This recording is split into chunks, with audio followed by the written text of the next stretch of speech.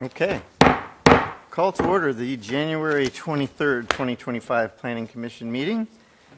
Will everyone please stand for the Pledge of Allegiance, and will Commissioner Elmore lead us, please? All right.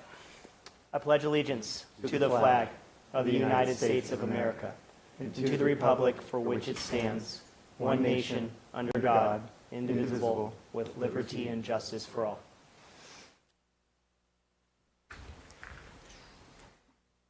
All right, staff, a roll call, please. All commissioners are present this evening. Okay, our next item are public comments. This is the time we take public comments on items that are not on the agenda, but that are generally within the purview of the Planning Commission. If you would wish to speak, please keep your comments to 3 minutes or less. Mr. Mosier? Chair Rosine, members of the Planning Commission, my name is Jim Mosier. Later on your Of the city of Newport Beach for 20 years. Had a career in apartments, particular multifamily, both on the financing side and the development side. And I am blessed to have 4 daughters under the age of 10. So, Wow. thank you for having me. Thank you. Glad to have you. So, moving on, why don't we go ahead for the Pledge of Allegiance. Commissioner Elmore, would you lead us in the pledge?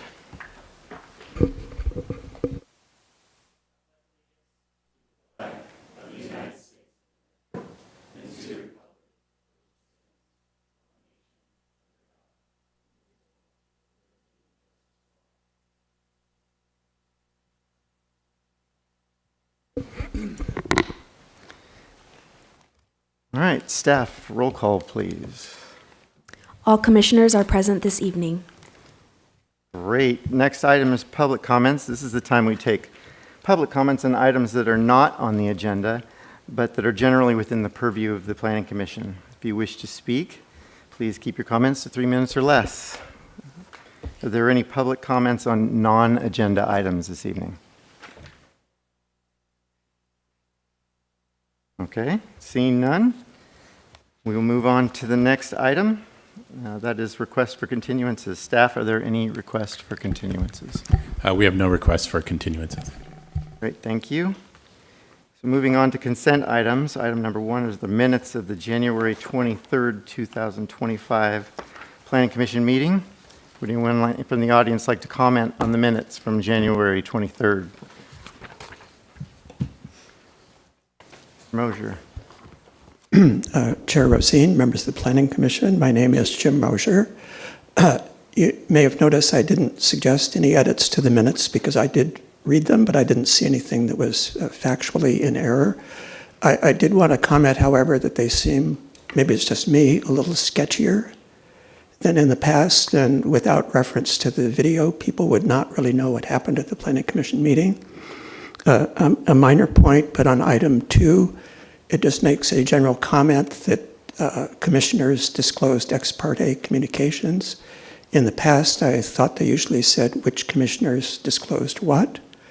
And more significantly, on item number 3, which you may recall was amendments to the housing overlays, kind of similar to the item you're hearing tonight, the motion just says approve as recommended, which usually means the staff recommendation, but in this case, commissioners were adding something about 2 properties, and only one of the 2 properties is even remotely identified in the minutes, and exactly what was approved about those 2 properties is not mentioned at all in the minutes. So there's nothing factually wrong with them, but they are a little sketchy, and I think we should, in the future, be careful that the motions actually inform the public what the Planning Commission did. Thank you. Thank you. Staff, if you'd, no action, okay. Then we get a motion to approve the minutes. Make a motion to approve without any comments. I'll second. All right, call for a vote.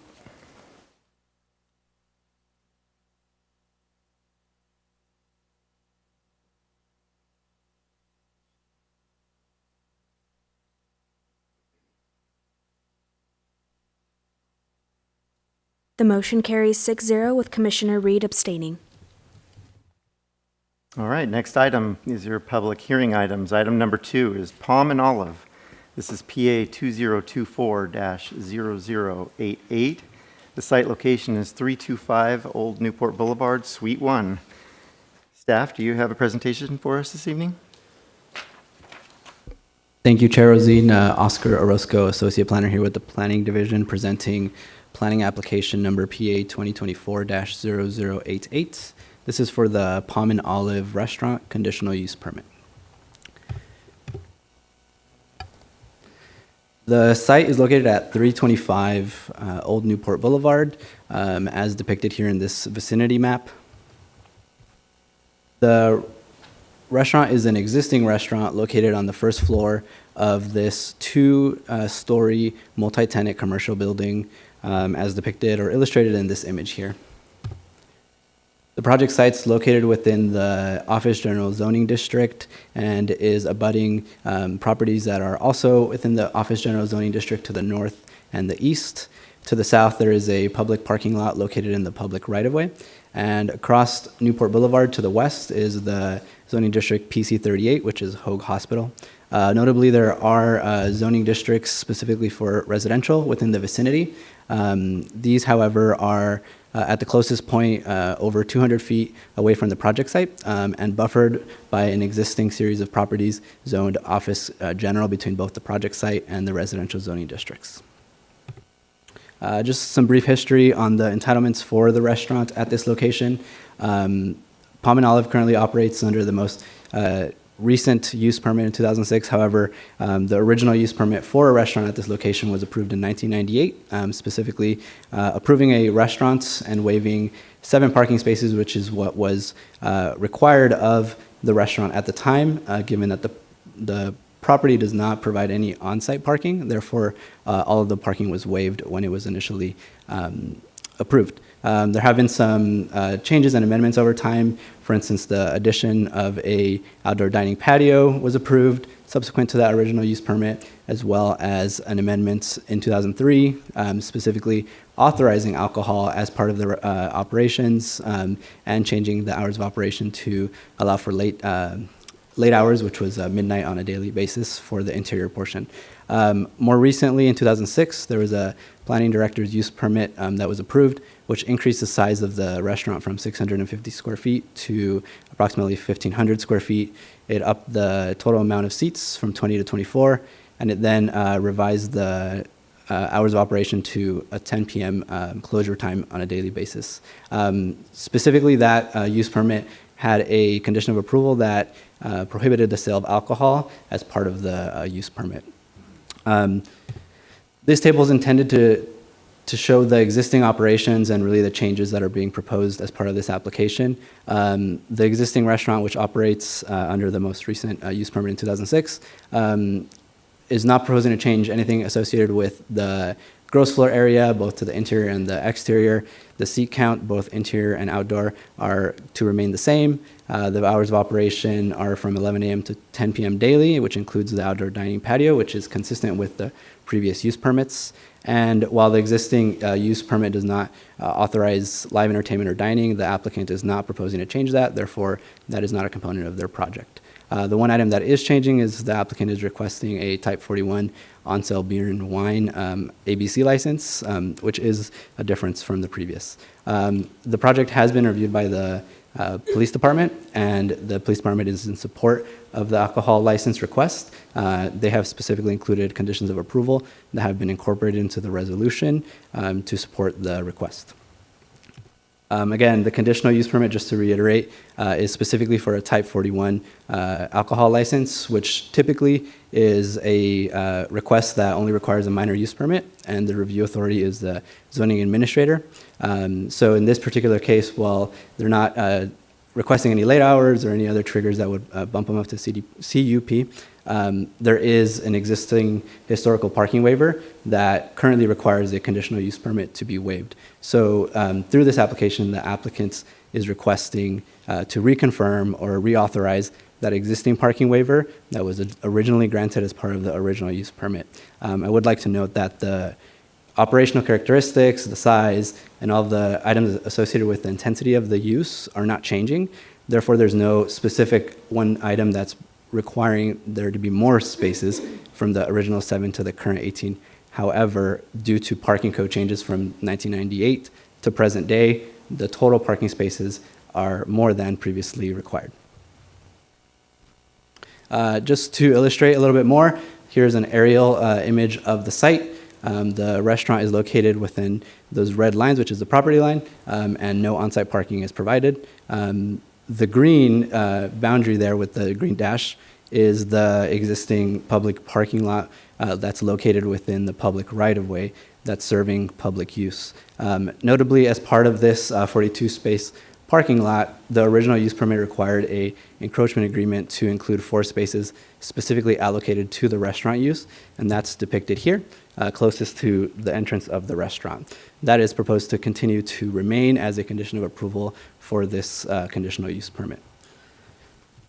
Briefly, I'd like to just mention I'm proposing a revision to Fact 5 in support of Finding G, specifically just to revise the condition of approval that's referencing that encroachment agreement. There's just a minor typo where it reads condition of approval number 3. It should read condition of approval number 5. And this is also cited in the staff report, so just to make the clarification that it's supposed to be condition of approval number 5.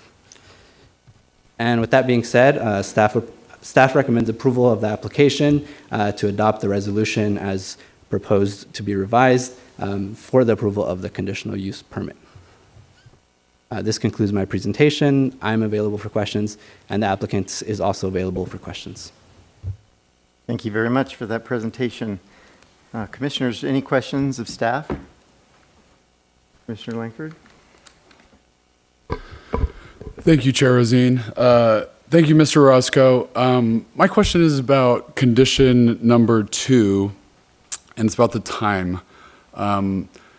It says hours of operation shall be between 11 and 10, and then it also talks about not having late hours after 11.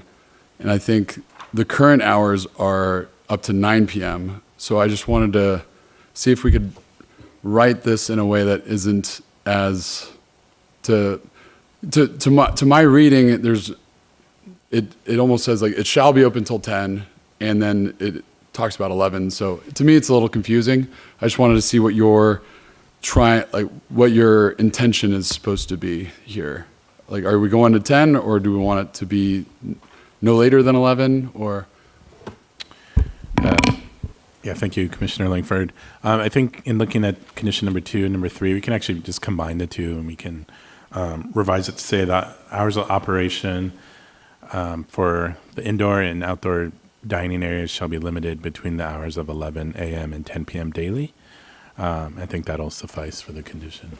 Okay. Yeah, I think adding the word limited would be helpful, so it's not requiring them to be open until a certain time, because I don't think they intend to be open till 10.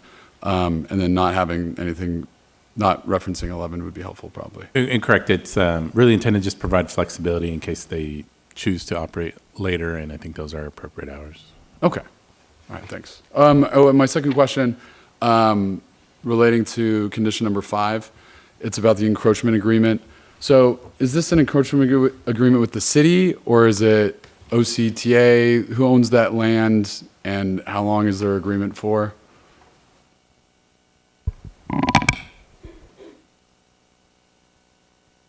I believe that there's an existing encroachment agreement with the city, and so that would be between the city and the applicant here. Okay, thanks.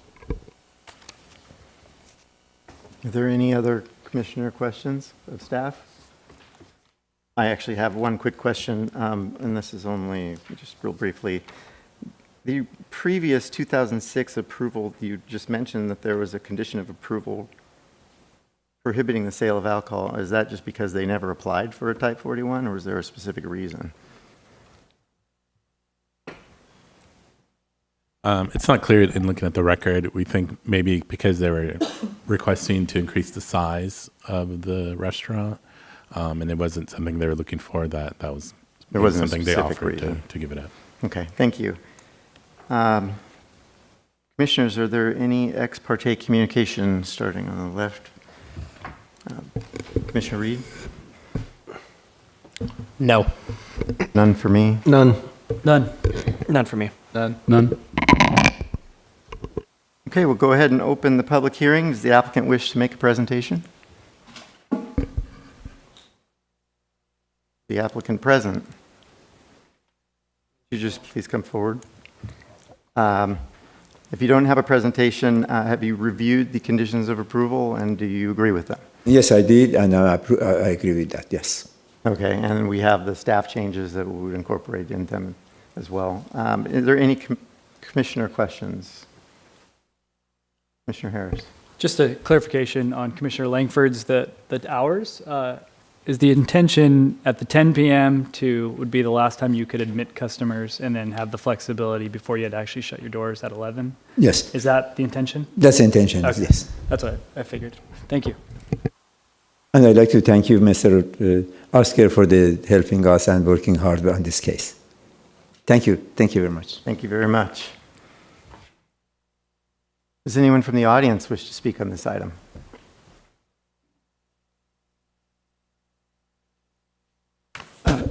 Chair Rosine, members of the commission, my name again is Jim Mosher. That sounded slightly inconsistent with the wording that we just heard, proposed, I believe.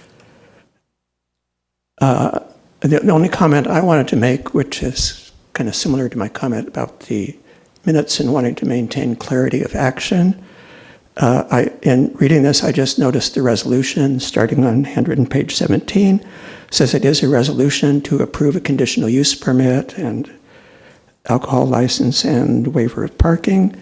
But when you get to handwritten page 26, it is actually saying what the commission action is. On handwritten page 26, number 1 action is the Planning Commission hereby finds the project exempt from CEQA. Number 2 is that the resolution supersedes the previous use permit, but usually between those two there would be a statement actually that the commission hereby approves the new use permit, and I don't see a statement that you're actually approving it. So I don't know if that was inadvertently left out or it's a new style. Thank you. Mr. Mosher, are there any other comments? Public comments? Okay. Thank you. Then I take it that the applicant doesn't wish to respond on that. We'll go ahead and ask staff for clarification. Yes, Mr. Mosher did point out, we inadvertently left out a provision that says the Planning Commission hereby approves conditional use permit with the number. So we'll add that in the final resolution. Okay, sounds good. Then we'll go ahead and close the public hearing and bring it back to the commission for discussion and action. Commissioners, any comments? I think this is a relatively straightforward application. I'm willing to make a motion to approve and then in the conditions combine or make the clarification that the idea, the intent is to end operations at 11 with people with last patron coming in at 10 o'clock. Okay, I'll second. excellent. We have we'll call for a vote. Motion is second.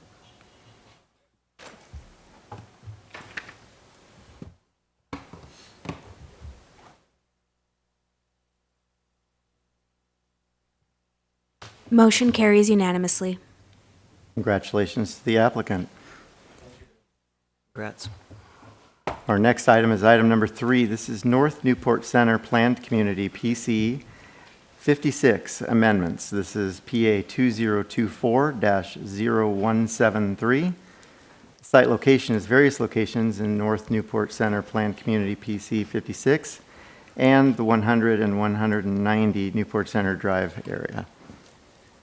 Staff, do you have a presentation for us this Chair, I evening? think we have a Oh, couple. excuse me. I think we have some recusals this evening. Thank you, Mr. Chair. I need to recuse myself on this item due to property interests that my employer partially owns in proximity to the planned community in question. You? Chair Rosine, I also need to recuse myself. I lease property at the 600 Newport Center, and this project could have an adverse impact on the leasehold interest. Thank you.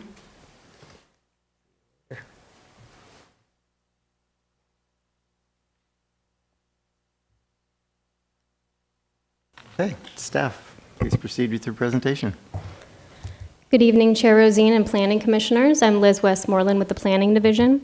This project is the North Newport Center Planned Community Amendments. So first, I'd like to walk you through the background of how we got here tonight. So first, showing you an aerial view of Newport Center. So this is generally what we consider to be Newport Center, and it's anchored by Fashion Island in the center.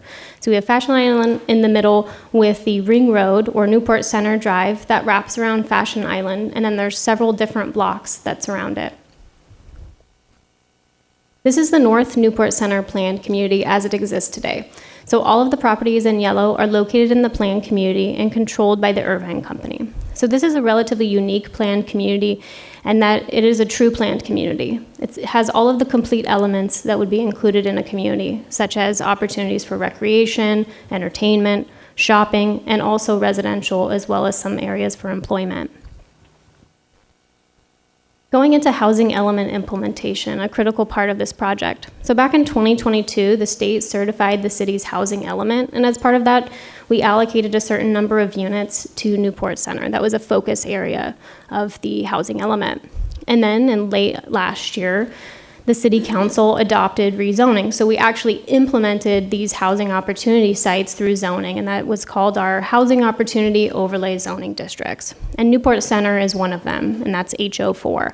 And so what this means is that for properties that are located in the overlay zoning district, you can build residential projects regardless of the underlying zoning or general plan designation, as long as you meet the development standards and a couple other criteria. And a couple really important ones are the density range. So making sure that the projects are between 20 and 50 dwelling units an acre.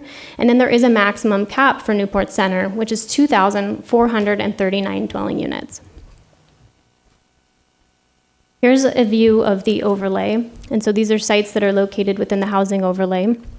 As I mentioned, projects can be built here with a site development review with the Planning Commission. So that brings us to the proposed amendments today. The Irvine Company, the applicant, is seeking to allocate 1,500 dwelling units from those housing overlays and put them into the planned community that's been in existence since 2007. And so what this does is it means that instead of being subject to the default zoning regulations of that overlay, they would be subject to the planned community regulations in terms of design and development standards and other features. So the planned community text has been amended to ensure that the allowed uses reflect the overlay. So there's a few blocks that don't currently allow residential today, so they're correcting that to allow for residential in Block 100, 400, and Fashion Island. And what this does is it allows the units to be more comprehensively planned. So being able to plan for them on a larger scale allows for them to consider things like circulation, infrastructure, open space, and plan it on that larger scale. They're also seeking to add 2 parcels to the planned community that are currently zoned office regional at 100 and 190 Newport Center Drive. And I also like to note that there's no construction proposed at this time. Here's an exhibit showing the existing Block 100 today, and here's the 2 sites that would be added to the planned community as Irvine Company now owns these properties, so both 100 and 190 Newport Center Drive. There's some other proposed amendments to the planned community. And so I've highlighted a couple that I'm going to go into more detail as I think these are really important to talk more about. However, I'm available if there are additional questions about the other items. So first, height limits. There are certain areas of the planned community that currently do not have height limits for residential, so they want to include height limits for residential projects and then also increasing them as well. And I'll go into more detail. Parking requirements, they're seeking to amend the parking requirements for residential slightly, but we still believe they're consistent, generally speaking, with the requirements that we have in the overlay and throughout the city.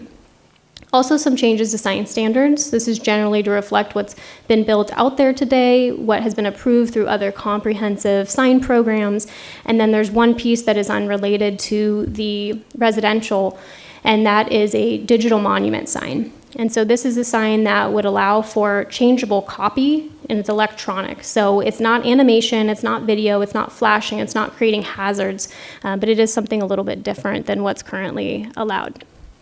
Also making changes to open space. And so that includes reducing the private open space requirement and then increasing the public, or I should say common open space requirement in terms of the recreational amenities that are required. Also, the planned community already has some design standards, but the overlay projects, the housing overlay, with that approval, we also included objective design standards. So we added a code section that would regulate design for these multifamily structures. And so what we've done is asked the Irvine Company to include some of those objective design standards into the planned community, and they've done that, the key ones that we found to be most important. And then lastly, also important, some changes to the procedural or the streamlining provisions of the planned community. And I'm going to dig into that a little bit more. So this piece right here, this is not changing as part of the planned community, but I think it's important to understand. And so as I mentioned before, these projects that would come in under the housing overlay would be subject to planning commission review with a site development review. That would not be the case with these future housing projects. So the existing planned community already allows for future development to go to the director subject to two specific findings. And these are findings that are different than our zoning code. So first, that the proposed use or the development is consistent with the general plan. And then two, that the proposed use or development is consistent with the planned community, including the design regulations. This item is something that's changing. So digging into this a little bit more, we're proposing some streamlining opportunities for traffic studies that are fairly straightforward. So not all traffic studies would be able to be reviewed by the director or the city traffic engineer, but only certain traffic studies that meet the more straightforward findings, if you will. So typically, under the traffic phasing ordinance, the traffic study under all circumstances would go to planning commission. In this case, it would go to the city traffic engineer or director. And so the two findings where the project would be eligible to go to that lower level of review would be if there's no impacts to the intersection, so very straightforward, or if there's no impacts after some circulation improvements that have been proposed and constructed. Going into the height changes here, so this exhibit again shows the planned community. And so first on the top of the screen is San Joaquin Plaza. And so there's one particular site at 800 San Clemente where the height would change from 65 feet to 85 feet. For Fashion Island, again, establishing a height limit for residential, and that would be 225 feet, where the commercial height is currently 125. Lastly, for Block 100, the existing height limit is 50 feet, and they're seeking a height amendment to 125 feet. And so this may feel familiar to the commission, as the commission reviewed a similar amendment back in January to adjust the heights for the overlay projects. And so this is similar but slightly different and more catered to the planned community itself. And so generally the way that we think of it is if the projects go up, they don't go out. And what this does is allow for more space for view corridors, for open space, and generally just more opportunities for planning. And now into the development agreement. So since the applicant is seeking changes to the zoning code or the planned community, a development agreement is required. They currently have a development agreement that was approved in 2007 and then amended in 2012. So this would be the third amendment. So first, seeking to extend the term 10 years to 2042, and then a public benefit fee would be paid $17,000 a unit for any units built after 2032. And you'll see in this slide there are a couple dates referenced, and those are very intentional because we want to ensure that the units are built so that we can get credit during this RHNA cycle, during this housing cycle. Next would be a recreation and park fee of $34,000 a unit for 700 of the dwelling units. And then a more unique one, off-site improvements. So the Irvine Company will be tasked with developing a landscape and street master plan, and then also building the improvements identified in that plan. Development impact fees are not required based on when the applicant submitted their application. However, they're voluntarily paying those. So those are about $9 a square foot total in aggregate. Those fees will go towards police, fire, recreation, sewer, and water. Additionally, very important, affordable housing. So the applicant has committed to the construction of a 105-unit, at minimum, apartment project. And this apartment project would be affordable to very low and low-income households. To meet this provision, the applicant would be required to get an issued building permit by January 31st, 2029. And again, that's very intentional. And then there would be a new affordable housing implementation plan to reflect this commitment. Additionally, in terms of CEQA, The city certified a program environmental impact report back when we did the housing overlays, and so that analyzed the environmental impacts of these housing opportunities. And so what the applicant has done is prepare a 15183 consistency analysis to demonstrate that this project is consistent with the prior program environmental impact report. And so that report, the analysis was prepared by the applicant's consultant, and then we had our consultant, Kimley Horn, who actually prepared the EIR, the program EIR, do a peer review. Next, kind of a unique component, a water supply assessment. So based on state law, the applicants are required to prepare a water supply assessment because the project includes more than 500 residential dwelling units. And this was contemplated under the program EIR. It was understood that future projects, if they met this threshold, would prepare their own water supply assessments. So they prepared the report, and the Utilities Department has approved it. And ultimately, the conclusion states that adequate and reliable water supplies will be available to serve this project over the next 20 years. Therefore, staff is recommending approval of this project with the items outlined here. And then in terms of next steps, the project does require review by the Airport Land Use Commission, so we're seeking an agenda date of March 20th. And then City Council hearings would follow in April. And with that, I'm available for any questions, and then the applicant does have a brief presentation as well. Thank you. Thank you for that presentation. Commissioners, any questions of staff? Commissioner Harris? On the the rec and park fee for 700 units, is that designated which units? Is the first, the last, the middle? Is it per 100? I'm sorry, can you repeat the question? So it said 700 of the 1,500 units have to pay the park rec fee. Is that correct? These are for the last of the units. Yeah, the last of them. Correct. Thank you. No other questions? I did have one quick question, and that was in regard to the public benefit fee. It's only applicable after 2032? Is that how I should read that? That's correct. So if for any units constructed after 2032, then that fee would be applicable. Understood. Okay, thank you. Commissioners, any ex parte communication? I'll go ahead first, and yeah, I spoke with the applicant's representative. I also spoke with the applicant's representative. I did as well. I did as well. None for me. Okay, then we'll go ahead and open the public hearing. Does the applicant wish to make a presentation?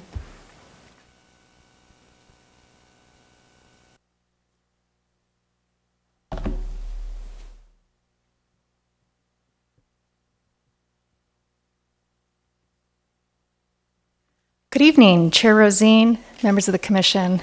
I am Shauna Schaffner, Chief Executive Officer of CAA Planning, and I represent Irvine Company in this application to amend the North Newport Center Planned Community Development Plan. I'd like to thank City staff for working with us on this application. Newport Beach has incredibly knowledgeable and professional staff, and their input has made this project better.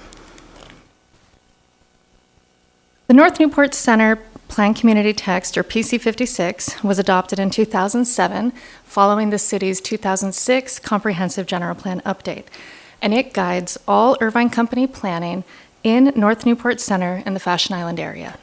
The PC is its own zoning document and includes land use, development regulations, development limits, site development standards, plan administration, and design regulations. The purpose of this PC amendment is to implement the city's housing element by allocating residential units to housing overlay sites within the North Newport Center PC. The PC amendment also brings in regulations from the city's zoning overlay to ensure compatibility and compliance with the city's newest standards. Finally, the PC amendment will ensure varying heights for a diverse range of product types and architecture consistent with city policies. And importantly, increased heights will allow for compliance with the city's minimum density requirements. The proposed height increases will apply to the housing overlay sites and is only for new residential development. From the initial planning of Newport Center in the 1960s, the vision for building heights has been to have the tallest buildings along San Joaquin Hills Road and surrounding the Ring Road, with heights gradually stepping down towards Coast Highway. In this exhibit, you see existing building heights in black You can see the city's high-rise height limit of 300 feet kind of surrounding the ring road, with the North Newport Center PC height limit of 295 being the highest height. The proposed height increases are shown in white, and you see the city's zoning overlay height increases shown in blue, just for some context here. So you can see how really surrounding Fashion Island, it's all coming and stepping down towards Coast Highway.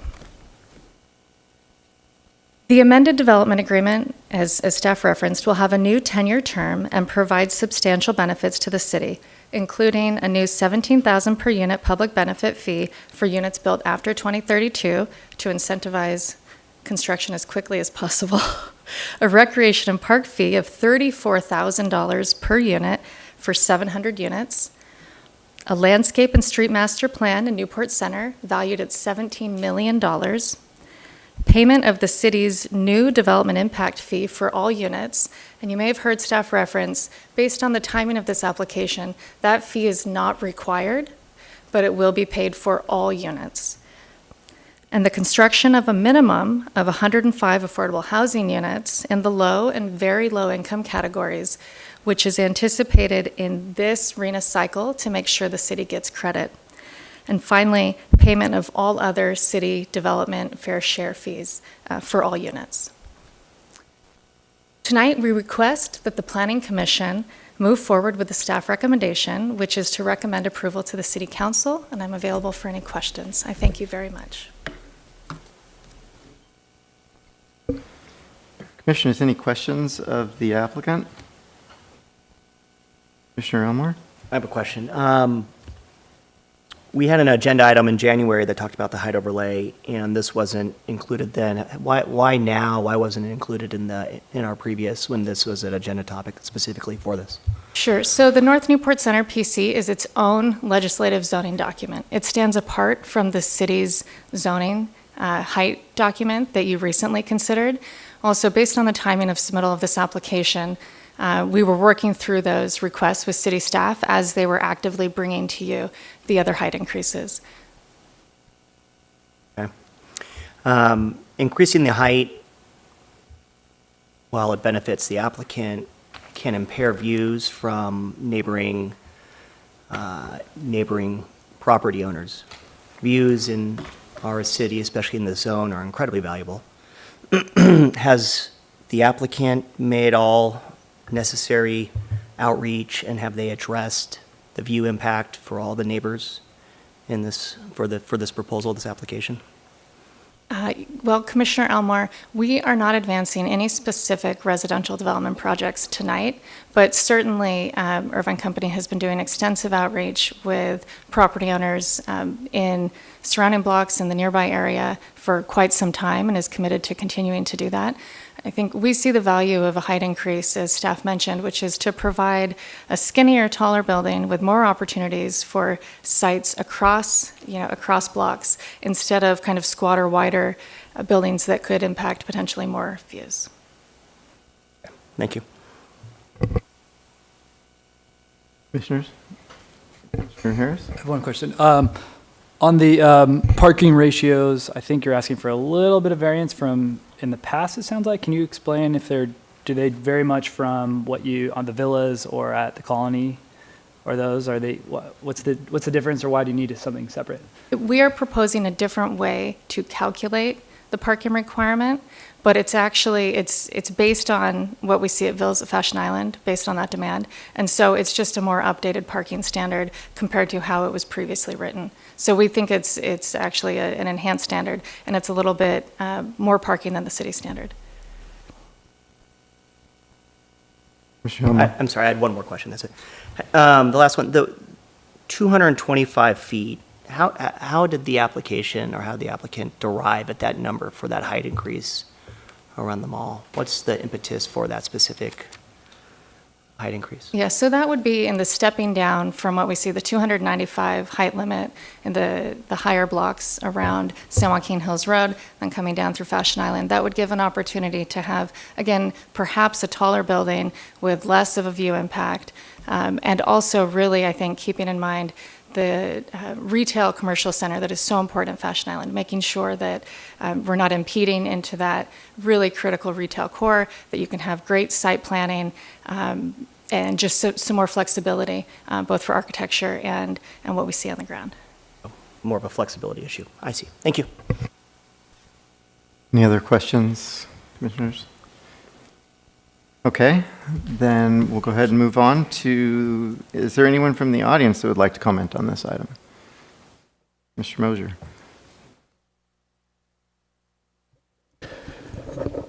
Chair Racine, members of the commission, my name is Jim Mosier, and there's more here than one can comment on in 3 minutes, but I would agree it is confusing that at your last meeting, we saw a map to be added to the zoning code that was supposedly the definitive height limits for the HO-4 overlay area.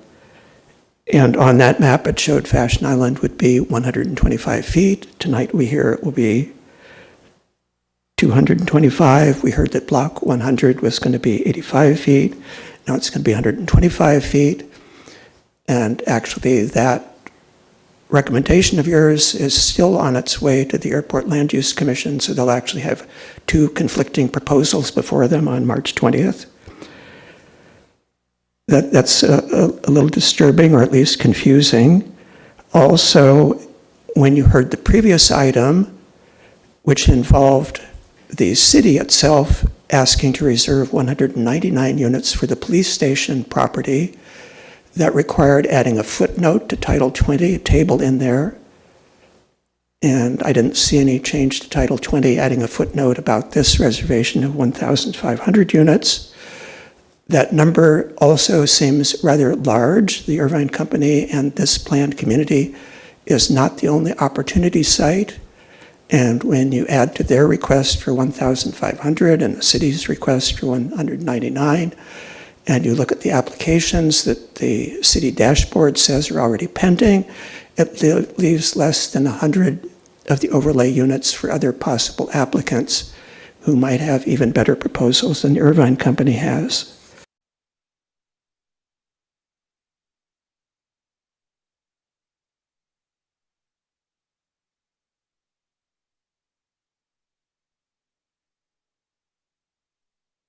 Units that was added to our general plan without a green light vote. As the city knows, there's litigation about that underway. If that allocation of the pool turns out to be not legitimate, this development agreement that supposedly is vesting an interest in those illegitimate, possibly illegitimate units seems to be really problematic to be assigning them and making them a vested interest, as the staff report says, for something that may not be valid. And then finally, I have not read all of this. There is too much to read, but I noticed on handwritten page 74, there's an extensive amendment that will apply to the buildings that have a greater than 30 dwelling unit per acre minimum base. This is on handwritten page 74. The proposal seems to be for a 20 dwelling unit per acre minimum, so I don't know who that applies to. I didn't find anything that was 30 dwelling units minimum. So time is up. Thank you. Thank you. Any other speakers?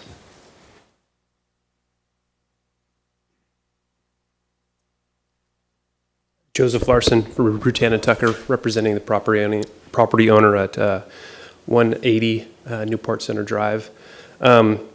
Just wanted to mention that our client has been in contact with the applicant. We have communicated with the city. My client has certain property rights in the subject property, understanding that the applicant is reached out to us and indicated a willingness to work with our client in maintaining those rights. At this time, they don't have any objection to the proposed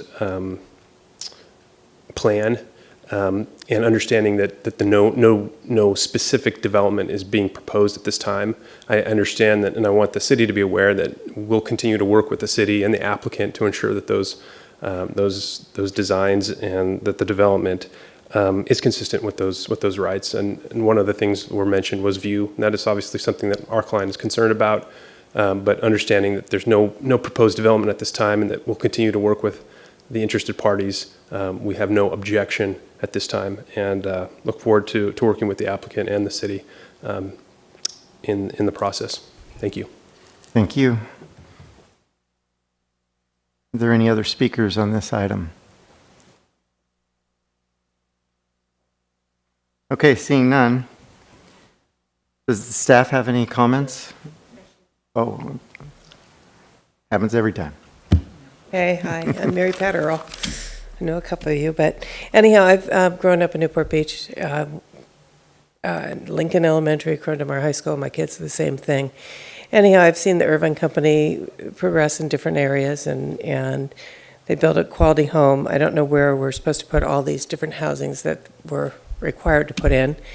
And I think that it makes sense, I mean, with the economy that's around us and the interfacing with Fashion Island, with the housing and employment and restaurants and everything else, it's just going to make it pop. I just don't see any reason to have, I think Newport Center is actually a good location for it. I mean, the height restrictions, I get that. And hopefully they're not impending, you know, they're not going to obstruct other people's visions, their views. But I say yes, go ahead and do support 3. But thank you for your time. Thank you very much. Okay, next speaker, please.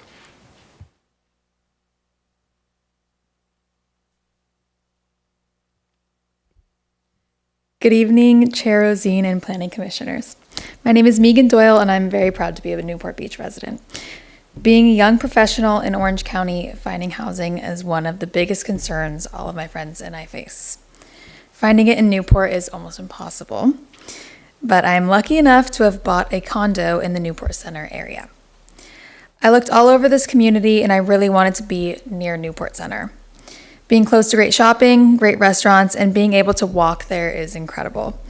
I walk this area almost every weekend, and I can ride my bike to Balboa Island and the beaches. It's the absolute perfect location and the perfect community. I think creating more housing in the Newport Center area is the most appropriate place for it. I know the state is mandating new housing, more than 4,000 new homes, and I think building new housing within Newport Center makes the most sense.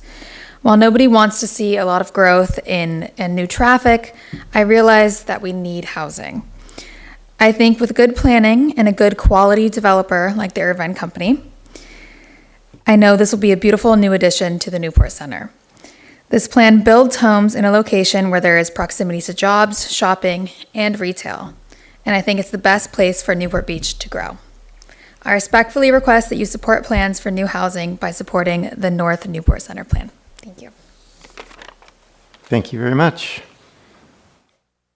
Next speaker, please.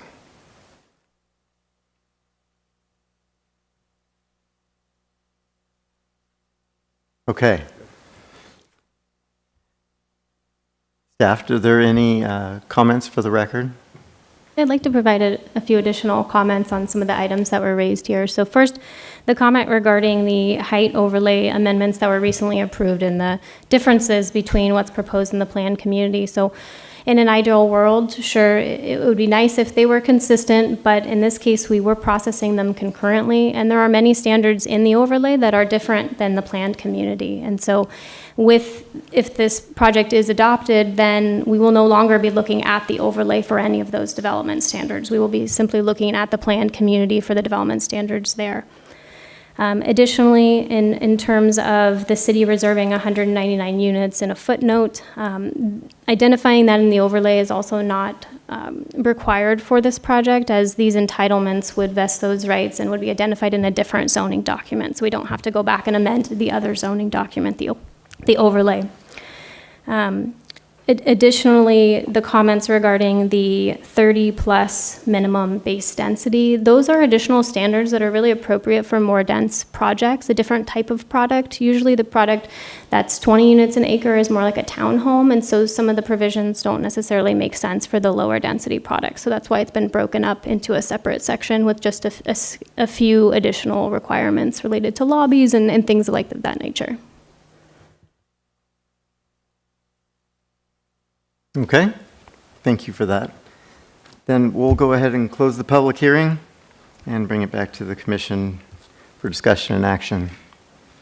Commissioners? I'll start it off. I followed this organization my professional career, and I've seen quite a bit of investment by the organization. But as far back as I can really remember, I've seen those investments in Irvine and Santa Clara and San Diego, and not as much in Newport that I can really recall in quite some time. So I'm supportive of this application. I welcome the reinvestment back into Newport Beach by the organization.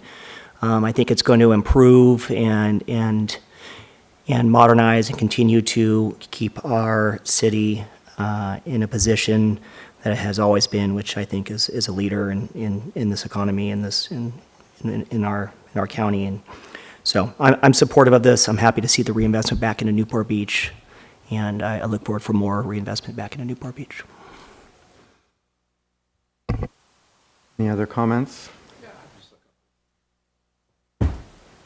Yeah, like my colleague here, I agree. I think Irvine Company always does such a great product that I've seen, and will do a really nice job here, and I'm supportive of this. I had a lot of things to cover on this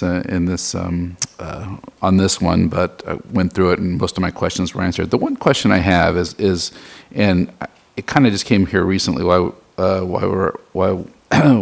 the presentation here on the PC 56. I should have pulled this up over the last few days when I was reviewing this. So does that, in PC 56, is basically all construction approvals, is it administrative then? It doesn't go through the planning commission body or the city council? That's correct, unless it Okay. is appealed. Unless it's appealed. Okay. That was my question there. And then the question about if some of the litigation that's floating around, if that does change things and they say they get their vesting here, does that just if things change and it doesn't match up with what we approve here tonight or not approved here tonight, or at least if we approve something here tonight, does that just, maybe this is a question for Yolanda, does it just negate what we do here? Do you come back and kind of just figure things out in respect to if there is a decision made that doesn't go along with what we do here tonight? Just basically kind of figuring out what would the back and forth would be if things change. Thank you, Commissioner Lowry. The applicant does not have any specific projects at this time. The city does not have any order from any court prohibiting us from moving forward with the implementation of the housing element. That said, the applicant is required to indemnify and defend the city. And so if in the event, we feel confident in our position, but if that did occur, it would be incumbent upon the applicant to indemnify and defend the city. That's where I was going. Thank you. Okay, and then just to follow up with Commissioner Lowry's comments in regard to the administrative approval process, this could be if a future project was brought forward and it could be still called up to the Planning Commission or to City Council. Is that correct? That's correct. Okay, However, the findings would be the findings that are within the planned community. got it. Okay, but it still could be called up if necessary. It's not final or appealable. There's also that provision as well. Okay. Oh, I'm sorry. Commissioner Harris? Although I was a little bit thrown off by the conflict between the overlay and the plan on the heights, I do, kind of following my other commissioners here, think this area aligns with the long-term vision of growth. We have to put them somewhere, and this seems to be a very good location with obviously a very qualified builder. So I'll be supportive, and I would actually, unless you guys want to say something, make it a motion to appeal. Motion to approve. Okay, we have a motion and a second. I'll second. Say something. Go ahead and call for a vote.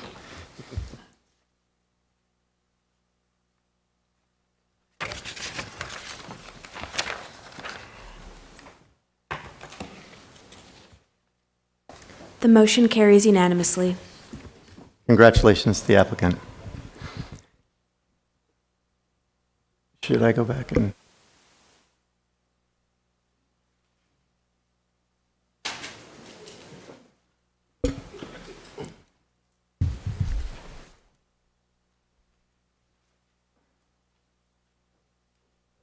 Welcome back, Commissioners. Our next item is item number 4. This is the General Plan Annual Progress Report, PA 2025-008, and site location is citywide. This item is a discussion item and not a public hearing, and we will be asking for public comments. So, does staff have a presentation? Yes, good evening. Chairman Rosine, Commissioners, Melinda Whalen, Planning Division. So this is a state-mandated annual report reporting on general plan activities for 2024. And the report follows the latest state guidance and includes a very detailed report on all of the implementation programs in the current general plan. And many of those have been completed since the last update of the general plan in 2006, and many are ongoing maintenance and provide highlights of implementation. There's also a housing element portion, which includes all of the policies and actions on all of the housing element policy actions, and also includes data required by the Department of Housing and Community Development for all housing produced in the calendar year 2024. And the report is required to be submitted to the state by April 1st of every year. So, as you know, we are in a comprehensive general plan update, and we are currently in phase 2. Phase 1 and phase 2 outreach have been completed. And then jumping into the housing element portion, which includes data on production of housing. It includes the all units approved with entitlements, building permits issued, and permits finalized for housing units. The building permits issued is important because these are the units that contribute towards our RHNA, our Regional Housing Needs Assessment. And as you can see, the majority of the lower income and moderate income units are from accessory dwelling units. So for the 2024, we have a total of 81 units that contributed to RHNA, and these are net increase in units. So if a project is a 1-for-1 replacement or 2-for-2, they don't count towards RHNA. It's only a net increase. And we have several housing projects that are highlighted in the report, and these are 2 of them that are currently in plan check. The residences at 1401 Quail Street and the residences at Newport Airport Village.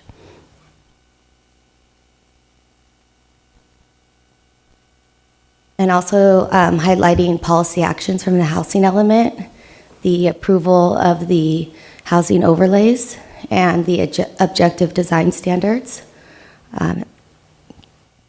And City Council has also authorized the local coastal program amendment for the coastal properties within the housing overlays.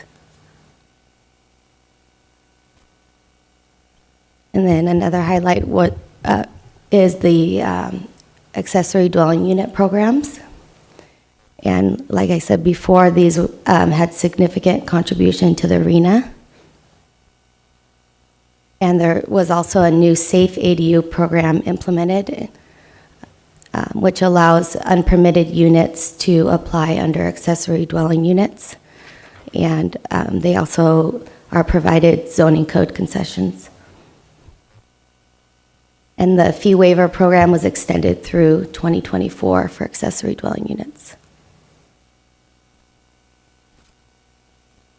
Another highlight is the assistance provided to the unhoused in 2024. The emergency Be Well OC services provided transports to services to over 300 people and connected individuals to resources and permanently housed 5 individuals. Additionally, the police department reassigned 3 officers to be homeless liaison officers. And that completes my overview, and I'm happy to answer any questions. And again, we're asking the Planning Commission to forward this on to City Council and then to be submitted to the state. Thank you. Thank you for that presentation. Commissioners, any questions of staff? Okay, seeing none. I guess are we asking for ex parte communication here? Or so, Commissioner Reed? It is not necessary. Is it? Okay, thank you. I didn't think so. Talk to Jaime. All right, we'll move on to public comments. Are there anyone from the audience who'd like to comment on this item?